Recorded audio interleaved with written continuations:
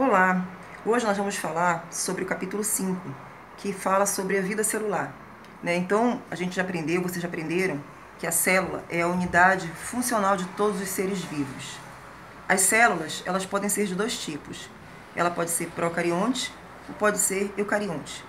Esse termo procarionte ou eucarionte está relacionado com a presença ou com a ausência da carioteca. Nós dizemos que as células são procariontes quando elas não apresentam carioteca. Ou seja, o que é uma carioteca? A carioteca é um envoltório que cobre, que protege o núcleo da célula. A carioteca, quando ela se faz presente, nós dizemos que as células elas são eucariontes. E quando ela não tem carioteca, são as procariontes. Quem são os procariontes? São as bactérias, as arqueobactérias e as cianobactérias. As bactérias, elas são muito mais conhecidas por nós, como, por exemplo, a bactéria que transmite a cólera, a bactéria que transmite, por exemplo, a pneumonia, a tuberculose. E quem são as arqueobactérias? São bactérias primitivas que vivem em condições totalmente adversas. Por exemplo, aquelas que sobrevivem em locais com alta salinidade, bactérias que vivem em temperaturas muito altas, bactérias que conseguem sobreviver em locais onde a produção de gases tóxicos é muito elevada. E as cianobactérias, que são aquelas algas conhecidas como algas azuis, que têm a característica de serem fotossintetizantes. Logo, se os procariontes são esses três exemplos aqui, as outras células, os outros organismos são chamados de eucariontes. Quem são os eucariontes? Aqueles que apresentam carioteca. Por exemplo, o prototista. Quem são os prototistas? São os protozoários, aqui eu coloquei, por exemplo, as amebas, que não têm um formato definido, e algas, como as euglenas. Nós temos também os fungos, representados pelo mofo, pelos cogumelos, pelo bolor. Cogumelo, inclusive aquele que aparece no Mário Bros, seria um fungo. Todos os vegetais e todos os animais, eles são eucariontes. Aqui nesse segundo desenho, só para vocês perceberem como é que é a estrutura de uma célula procarionte. Aqui é uma bactéria. Então, a bactéria, ela apresenta um envoltório capsular, essa cápsula protetora. Logo em seguida, ela apresenta uma parede celular. Essa parede celular, junto com a cápsula, tem a função de proteger o conteúdo da célula. Depois nós temos o citoplasma, tá? E aqui a única organela presente no citoplasma, que são os ribossomos. Os ribossomos, eles são organelas responsáveis pela síntese de proteína. E aqui nós temos o nucleóide, ou seja, como vocês podem perceber, o nucleóide ele não está dentro de uma carioteca. Você pode perceber que ele está espalhado no citoplasma. Esse nucleóide ele é constituído de DNA, que é o ácido desoxirribonucleico. E aí nós temos também a membrana plasmática, que ela controla o que entra e o que sai da célula. O flagelo, que permite a locomoção no meio fluido, e o pile. O que é o pile? O pile ele é uma estrutura de aderência.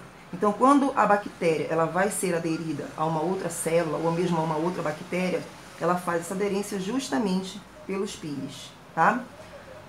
Aqui, representando os procariontes, nós temos células unicelulares. O que são células unicelulares? Uni, uma, celular, célula. Logo, são aqueles formados por uma única célula. Então, é uma estrutura extremamente simples. Aqui desse outro lado, vocês estão vendo a célula eucarionte. A célula eucarionte, ela também pode ter representantes unicelulares. Por exemplo, aqui nós temos um protozoário, no caso a ameba, novamente. Ela não tem forma definida, mas você pode perceber que é uma célula onde tem membrana plasmática, citoplasma e núcleo. Nós temos as algas, como as euglenas, onde é uma célula também que apresenta o núcleo. E aqui a levedura, no caso um fungo. Isso aqui eu coloquei de propósito, é um fungo, é uma única célula, só que ela está realizando uma reprodução, chamada de brotamento. Então você percebe que aqui é um broto, mas aqui está o núcleo e aqui está o citoplasma da célula. Nesse outro desenho aqui, para mostrar a diferença entre uma célula eucarionte animal e uma célula eucarionte vegetal. Então, olhando para cá, a complexidade de uma célula eucarionte, se comparada a uma procarionte, ela é muito mais complexa.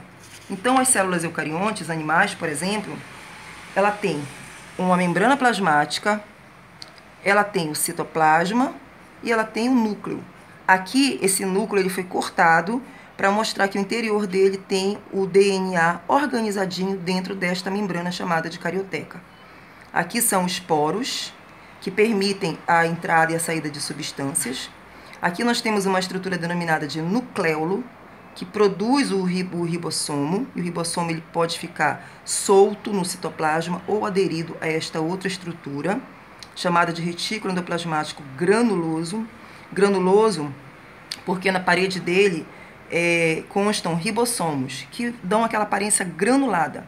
Os ribossomos, síntese de proteínas.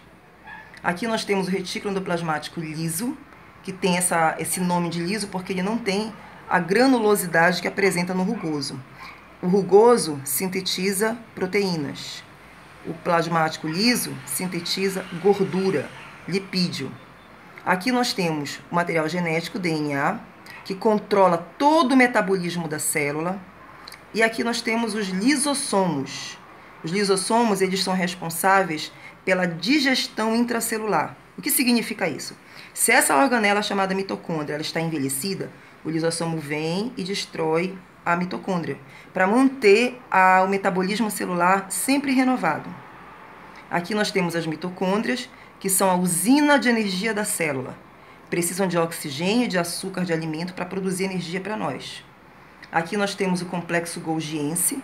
Esse complexo ele armazena as proteínas produzidas pelo retículo endoplasmático rugoso e quando é necessário ele libera essas proteínas através dessas vesículas. Então, a membrana plasmática, vocês podem perceber que ela é um envoltório simples. Na célula animal não existe parede celular, mas a membrana plasmática ela controla tudo o que entra e o que sai da célula. E aqui nós temos a célula vegetal. A célula vegetal, eu fiz em destaque para vocês perceberem a importância do vacúolo.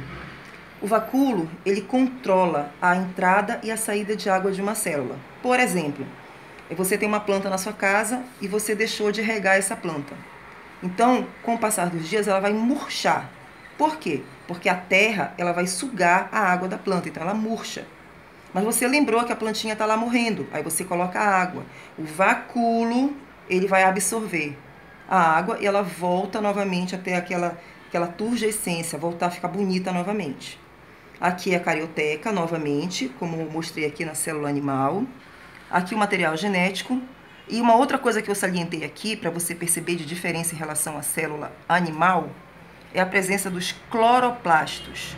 O que são cloroplastos? São organelas que têm a capacidade de armazenar o pigmento chamado de clorofila, que realiza a fotossíntese.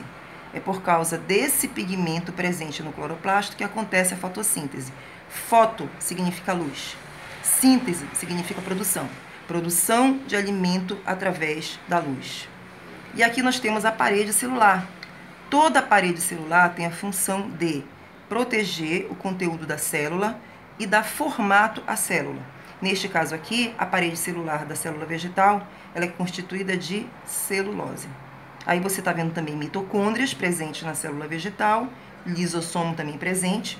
E aqui na animal, embora não esteja aparecendo, não o desenhei, mas é importante dizer que ela também apresenta os centríolos, que direcionam a divisão da célula. Bom, por hoje é só. Nos vemos no próximo momento. Um beijinho a todos.